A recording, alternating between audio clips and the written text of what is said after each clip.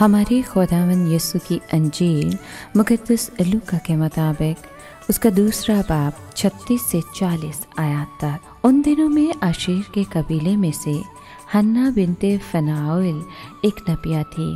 وہ بہت عمر رسیدہ تھی اور وہ کنوار پن کے بعد 7 برس تک شوہر کے ساتھ رہی۔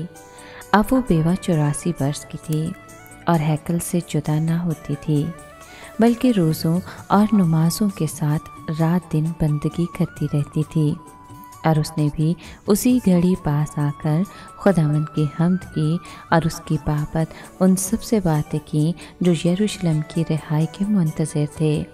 اور جب وہ خداوند کی شریعت کے مطابق سب کچھ کر چکے تو جلیل میں اپنے شہر ناصرت کو لوٹ گئے۔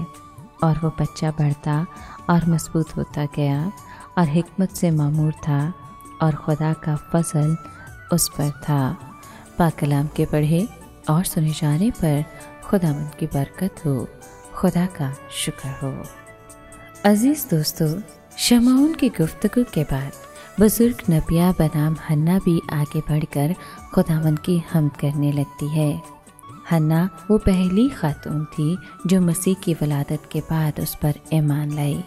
وہ ان بے شمار معزز خواتین میں بھی پہلی خاتون تھی جو ہر زمانے میں مسیح کی خدمت میں مصروف اور مامور رہیں۔ ہیکل کی زیارت سے فارغ ہو کر 3 افراد پر مشتمل یہ خاندان اپنے آبائی شہر کو واپس لوٹ گیا۔